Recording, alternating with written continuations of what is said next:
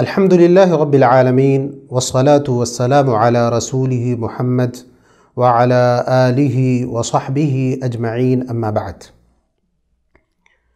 ہماری شریعت میں ایک مسلمان کے جو حقوق ہیں اس کی حفاظت کے لیے بہت ساری چیزوں کو رکھا گیا ہے، اور شریعت کی نظر میں کسی بھی مسلمان کے حق پر کوئی آنچ نہیں آنی چاہیے۔ اسی طرح اس کی جان، اس کا مال، اس کی آبرو اور عزت بالکل محفوظ رہنی چاہیے۔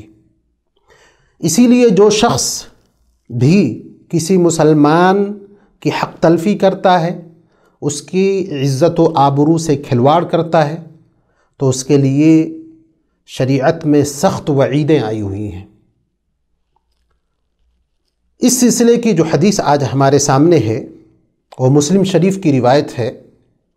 پیارے حبیب صلی اللہ علیہ وسلم نے ارشاد فرمایا، من اقتطع حق امرئ مسلم بیمینہ، جو شخص بھی کسی مسلمان کی حق تلفی کرے گا، اس کا حق مارے گا، وہ بھی جھوٹی قسم کھا کر کے، اوجب اللہ لہ النار، اللہ اس کے لیے جہنم واجب کر دے گا، وحرم علیہ الجنہ، اور جنت حرام کر دے گا۔ ایک صحابی نے سوال کیا، وَإِن كَانَ شَيْئًا يَسِيرًا یا رسول اللہ، اے پیارے حبیب، کیا اگر بہت چھوٹی چیز ہو تب بھی یہی وعید اس کے لیے ہے؟ آپ صلی اللہ علیہ وسلم نے فرمایا، وَإِن كَانَ قَضِيبًا مِّنْ أَرَاكَ، گرچہ کسی درخت کی ٹہنی ہو، گرچہ وہ پیلو کا مسواک ہی کو نہ ہو۔ یہ بڑی شدید قسم کی وعید اس حدیث میں آئی ہوئی ہے۔ پہلی بات یہ کہ کسی بھی مسلمان کا حق کوئی مارتا ہے، اور حق مارنے میں کئی چیزیں ہیں، کوئی ضروری نہیں کہ صرف مال چھین لیا، غصب کر لیا، نہیں، اس کی عزت و آبرو سے کھلواڑ کیا، اس کی غیبت و چغل خوری کی، یہ بھی حق مارنے میں آتا ہے۔ اسی طرح اس کے خلاف شکایتیں کر کے اس کو تکلیف پہنچانا، اس کی نوکری چھین لینا، رشوت دے کر کے اس کی جگہ اپنے آپ کو فٹ کر لینا، یہ ساری چیزیں کسی بھی مسلمان کی حق تلفی میں آتی ہے۔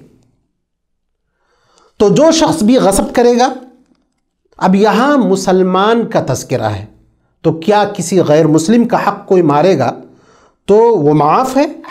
قطعاً معاف نہیں ہے، بلکہ اس کو بھی، جو غیر مسلم کا حق مارے گا اس کو بھی گناہ ہے، سخت گناہ ہے۔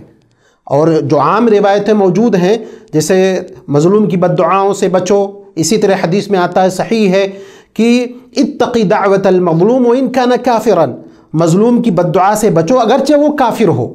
تو ظلم کو ہماری شریعت نے کسی بھی اسٹیج پر جائز نہیں قرار دیا، چاہے مسلمان ہو غیر مسلم ہو، لیکن مسلمان کا ایک حق ہے، اسلامی ایک حق ہے، اسلامی اخوت کا کے حقوق ہیں، اس اعتبار سے اس حدیث میں کہا گیا ہے۔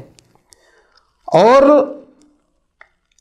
جو آگے کا جو ٹکڑا ہے یا اس حدیث میں جو چیز بیان کی گئی کہ جنت حرام اور جہنم اس کے لیے واجب ہو جاتا ہے، یہ بہت ہی شدید قسم کی وعید ہے، بڑی ڈراؤنی چیز ہے یہ۔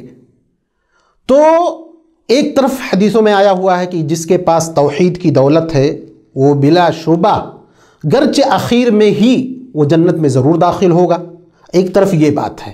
تو علماء نے اس سلسلے میں کئی چیزیں لکھی ہیں۔ پہلی چیز یہ کہ اللہ تبارک و تعالیٰ نے اس کو ڈرایا ہے کہ مسلمان کی حق تلفی نہ کرے، کسی کا حق نہ مارے۔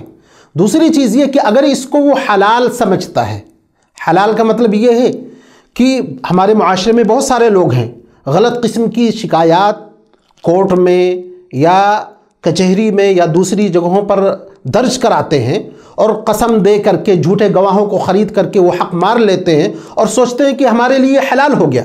تو ایسے لوگوں کے لیے وعید ہے۔ کچھ لوگوں نے یہ لکھا ہے کہ نہیں، اگر اس نے توبہ نہ کیا اور اپنی غلطی پر اس کو ندامت نہ ہوئی، اسی طرح جس کا حق اس نے مارا تھا اس کو واپس نہ کیا، تو یہ وعید ہے۔ لیکن ان ساری باتوں کے ساتھ ساتھ ایک بات ہم کو اپنے ذہن میں رکھنا چاہیے کہ ہم کو آسانی نہیں محسوس کرنی چاہیے چلو آخر میں جنت مل ہی جائے گا، جنت میں ہمارا داخلہ ہو ہی جائے گا، اس سے خوش نہیں ہونا چاہیے۔ اگر تھوڑے وقت کے لیے بھی انسان کو جہنم میں داخل کر دیا گیا تو اس کی ساری راحتیں بھول جائیں گی۔ حدیث میں آتا ہے کہ اللہ تبارک و تعالی کچھ بندوں کو جہنم میں ایک ڈبکی لگائے گا، ڈبکی اس میں جہنم میں تھوڑا سا ڈبا کر کے اس کو نکالے گا اور کہے گا بندہ کیا تو نے کبھی راحت دیکھی ہے؟ وہ کہے گا میں نے کبھی راحت نہیں دیکھی ہے۔ اتنی شدید اور سخت قسم کی تکلیف ہوگی اور اتنا سخت عذاب ہوگا جہنم میں، تو اس سے خوش نہیں ہونا چاہیے۔ اسی میں ایک بات اور، ہمارے معاشرے میں یہ چیز رائج ہے، لوگ یہ سوچتے ہیں کتنا بھی گناہ کر لو آخر میں حج و عمرہ کر لیں گے سارے گناہ معاف ہو جائیں گے۔ یہ فکر بہت خطرناک ہے۔ حقوق العباد، بندوں کے حقوق جب تک بندہ نہ معاف کر دے، اسی طرح اس کا حق لوٹا نہ دے، یعنی اس بندے کو کسی نہ کسی اعتبار سے راضی کر لیا جائے، جب تک وہ معاف نہیں کرے گا اللہ تبارک و تعالیٰ بھی نہیں معاف کرے گا۔ تو ہم کو اس سے خوش نہیں ہونا چاہیے، یا ہمارے ذہن میں یہ جو غلط فہمی ہے کہ حج عمرہ کر لو سارے گناہ کو دھل لو، اس غلط فہمی کو دور کرنے کی ضرورت ہے۔ ہمارے جو گناہ حج و عمرے سے معاف ہوتے ہیں وہ حقوق اللہ سے ان کا تعلق ہوتا ہے۔